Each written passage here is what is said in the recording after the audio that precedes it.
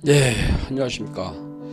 이 조국혁신당을 지지하는 그 세대가요, 그 55세부터 65세 이하 세대에 집중이 되어 있는 것 같습니다.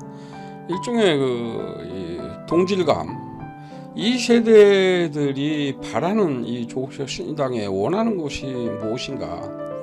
이 부분인 것 같은데요. 이번 그 조국혁신당의 그 7가지 포인트 그 개헌을 주장을 했죠. 이 사실 55세, 65세, 이 10년 세대는요, 민주화와 이 산업화를 그 동시에 이룬 그 동일 세대입니다. 일부 그 산업화 민주화를요, 서로 다른 이 세대가 이루어낸 것처럼 갈라치기를 하는데요.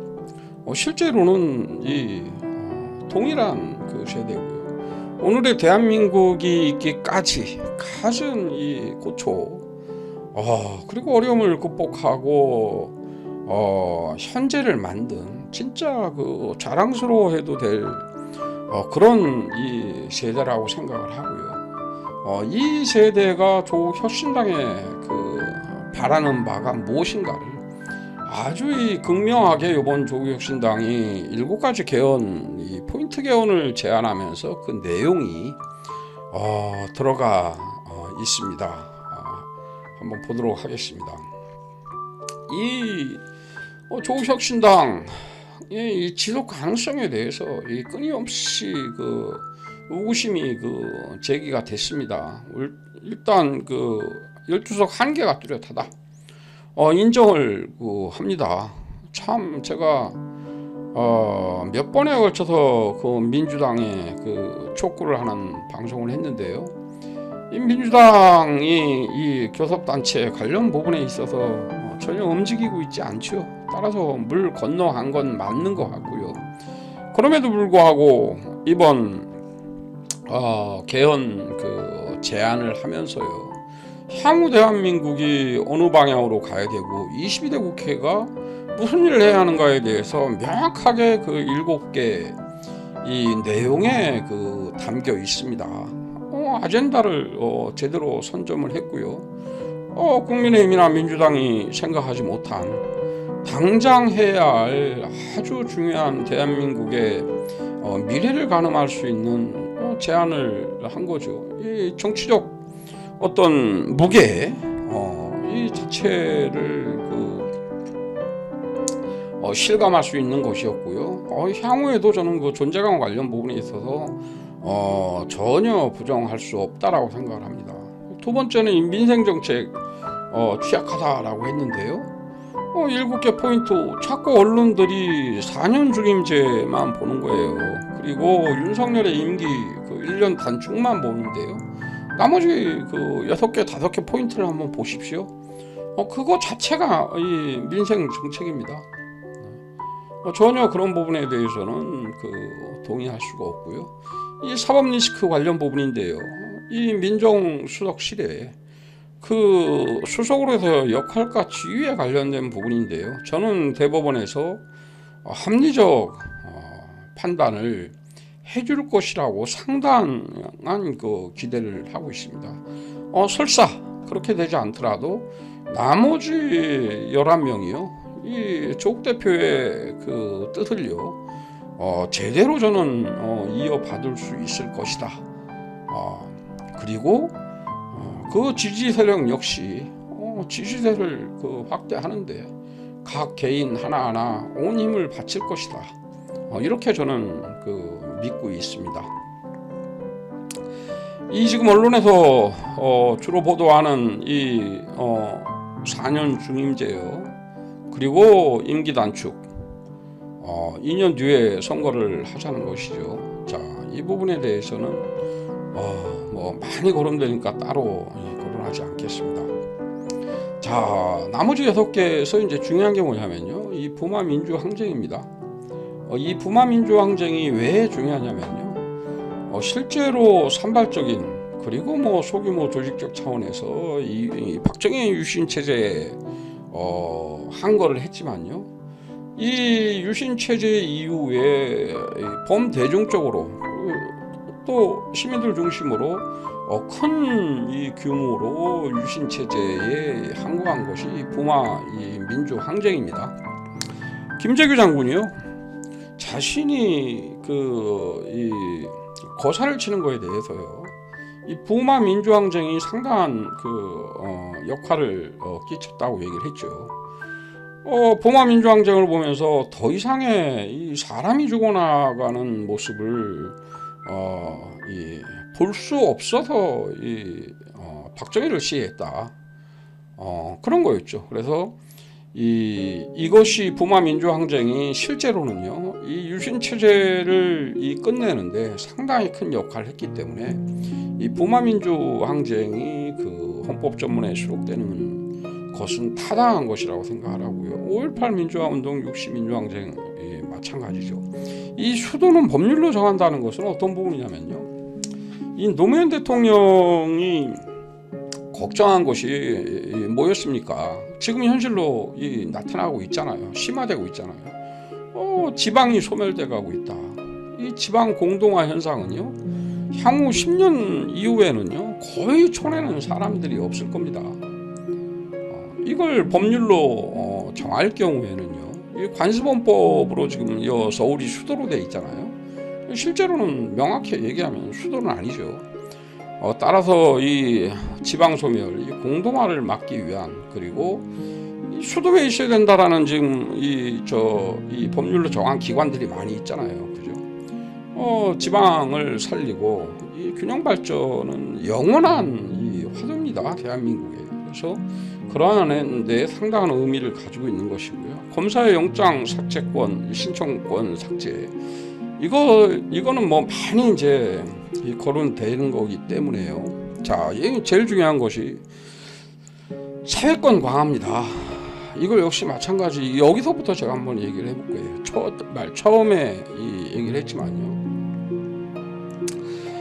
이 조국혁신당을 지지하는 세력들 있잖아요. 그 세대가요, 무슨 욕심이 있겠어요. 물론 아직 대학 졸업시키지 못하고 아직 많이 돈이 들어가고 어렵게 사는 이 분들 많죠. 그럼에도 불구하고, 자, 현실에 안주하지 않는 세력입니다. 왜? 많은 이제 경험을 거쳤잖아요. 중학교 졸업하고, 중학교도 졸업 못한 친구들 많습니다. 고등학교 졸업하고 전부 가리봉동이니 반월로 가서 이 산업전선에서 진짜 어렵게 고생해서 오늘날의 이 경제 성장을 이뤘고요. 또 대학에 간 친구들은 민주화운동 열심히 했고요. 이 대학에서요, 이 학생운동가뿐만 아니라 직접적으로 참여하지 않은 나머지 학생들도요, 빚진 마음을 상당히 많이 가지고 있습니다. 이 갈라치기를 하는 세력들은요, 이 서로 다른 이 세력이라고 규정을 하는데요, 그렇지가 않습니다. 산업화 민주화를 동시에 이룬 자랑스러운 이 세대들이다. 이 세대들이요, 이 사회권 강화를 강조하는 건요, 이 미래 세대 후손들을 위한 겁니다.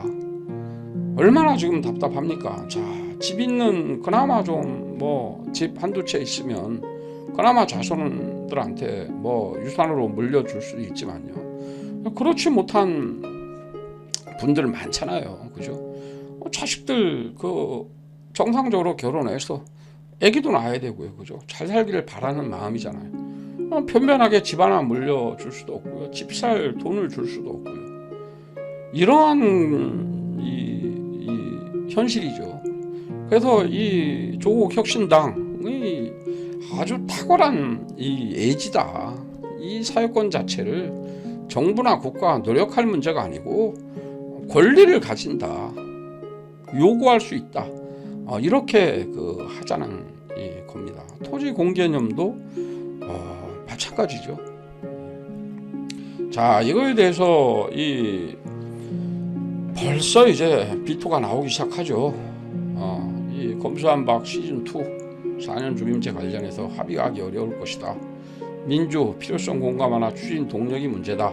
이 추진 동력이 문제라는 건 다른 거 아니에요. 자, 2년 뒤에 대통령 선거를 하면 이 이재명이 대통령 되는데 유리할까 유리하지 않을까 이런 당리당략 개인의 이해관계로 볼 확률이 굉장히 높죠. 지금부터 계산에 들어갈 것입니다. 최대 다수 일당을 만들어준 민주당이요.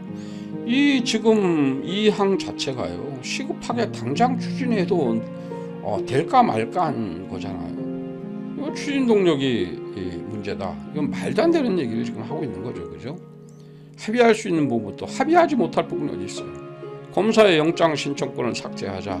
이 합리적인 대안을 제시하면 가능하죠. 뺐다 칩시다. 나머지 못할 게 뭐가 있어요.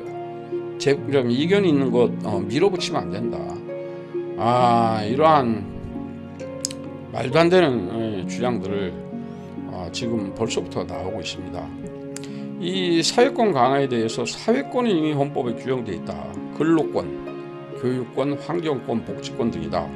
현재는 과권리 중지를 위해 국가가 노력해야 한다고 하는데 이 국민이 권리를 가진다라고 선언해야 한다. 굉장히 우리 후손들, 우리 자식들, 미래 세대를 위한 탁월한 예지의 결과다 이렇게 보고 있습니다. 지금처럼 최저 한계 보장이 아니라 인간 존엄성이 보장되면서 삶의 질을 유지할 수 있는 권리를 국가가 적극 보장토록 하는 것이다 라고 이렇게 의의를 설명을 했고요. 토지공급에 대해서는 경제질서와 관련해 불평등과 불공정을 고치기 위해서 부동산이 고치기 위해서 헌법에 명시해야 한다.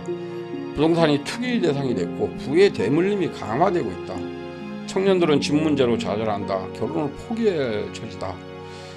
이런 거죠. 이를테면 분양가 상한제 관련 부분에 있어서도요. 이게 사실은 짬짬이에요. 국토부하고 제가 잘 알죠. 국토부하고 건설회사 짬짬이 해가지고요. 국토부가 눈에 불을 켜고 달려들으면요. 분양가 상한제 실질적인 효과를 볼 수가 있습니다. 좀 강제적인 부분도 필요한 거예요. 시장의 질서에만 맡긴다라고 되는 건 아니잖아요. 이 집값은요. 왜요? 이 땅의 문제, 이것은 완전히 투기의 대상이고요. 지금 저 어디 이를테면 경상북도 울진에 있는 유지다, 저 전라남도 해남에 있는 유지다, 이 강남 서초에 집 아파트 한 채씩 다 들고 있습니다. 다 들고 있어요. 그리고 전세 주고요. 사는 것처럼 위장하고요. 이 토지 공개념의 강화는요, 이 집값 그리고 집의 공급 이런 데 상당한 영향을 끼칠 수 있는 겁니다. 이번에 7가지 이 포인트 개헌 제안 관련해서요. 너무 안타깝습니다. 이 교섭단체만 어떻게 됐다면요, 좀 더 이 추진 동력을 얻을 수 있을 텐데요.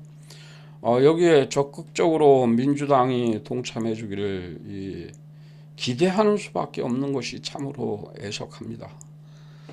마치겠습니다.